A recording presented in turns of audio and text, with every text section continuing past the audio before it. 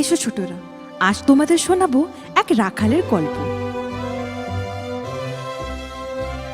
আরে বাঁচাও বাঁচাও, বাঘ এসছে। সে জোরে জোরে চেঁচাতে থাকলো। সেই আওয়াজ শুনে গ্রামের লোক হাতে লাঠি নিয়ে আওয়াজ লক্ষ্য করে দৌড়তে থাকলো আর বলল, আমরা এসে গেছি, আমরা আসছি তোমাকে বাঁচাতে। আরে ভয় পেও না। আওয়াজ শুনে তারা যখন ওখানে এলো, দেখলো এক রাখাল বালক তার ভেড়াদের সাথে দাঁড়িয়ে আছে। আরে কোথায় আছে বাঘটা? বালক তাদের দেখে জোরে জোরে হাসতে লাগলো। বাঘ, আমি তো ইয়ার কি করছিলাম। কিভাবে জোরে জোরে দৌড়ে এলে। খুব মজা হয়েছে, খুব মজা হয়েছে। গ্রামবাসী তারই মস্করায় খুব রেগে গেল। একজন বলল, তোমার জন্য এটা হাসির কথা কি?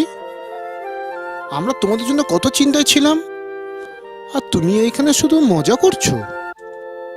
আরে চলো রামু ভাই, এর কথায় বিশ্বাস করে আমরা আমাদের অনেক সময় নষ্ট করলাম। চলো। পাশ থেকে আর একজন বলল। এই বলে গ্রামবাসী চলে গেল। রাখালটি গ্রামের এক ছোট্ট ঘরে তার মার সাথে থাকতো আর রোজ তার ভেড়াগুলোকে নিয়ে গ্রামের জঙ্গলের দিকে যেত। সে প্রায় ভাবতো, এই ভেড়া চড়ানো খুবই একঘেয়ে কাজ।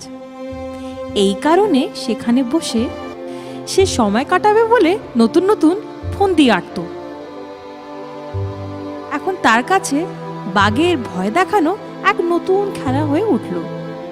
আরো একদিন বালক আবার জোরে জোরে চেঁচাতে থাকলো। আরে বাঁচাও বাঁচাও, বাঘ এসছে। আরে বাঁচাও, বাঘ এসছে, বাঘ এসছে। আবার কিছু লোক তার আওয়াজ শুনে আমরা আসছি দৌড়ে তোমাকে এলো। বাঁচাতে। আরে ভয় পেও না। আবার সে খুব হাসলো আর গ্রামবাসী খুবই রেগে গেল। এরপরও সে 2-3 বার এরকমই করল, কিন্তু এবার গ্রামে তাকে আর কেউ বিশ্বাস করতো না। তার বারবার এই মিথ্যে কথার জন্যে সবাই অতিষ্ঠ হয়ে উঠেছিল।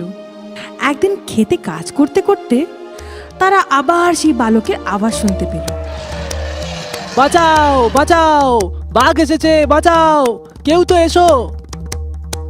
কিন্তু কেউ তাকে গুরুত্ব দিল না। আস্তে আস্তে তার আওয়াজ ক্ষীণ হতে এর থাকলো। তো বেশি হয়ে গেছে আমাদের অতিষ্ঠ করে তোলাটা। ইয়ার্কির পাত্র পেয়েছে আমাদের। আরে বাঁচাও বাঁচাও, বাঘকে বাঘ এগিয়ে এসছে। আসতে দেখে আরে বাঁচাও, তার কথাও বাঘ বন্ধ হয়ে এসছে, গেল। বাঘ এসছে।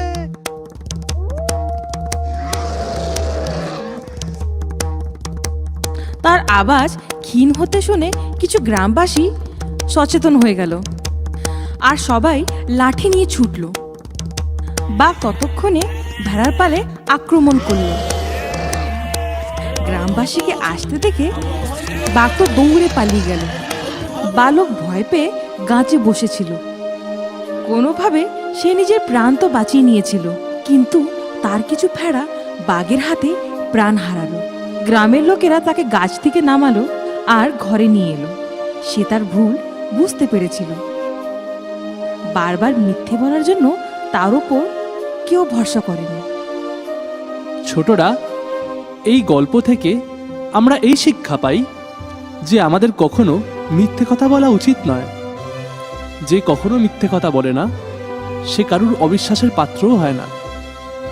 কঠিন সময়েও কেউ তাকে একা ছেড়ে দেয় না।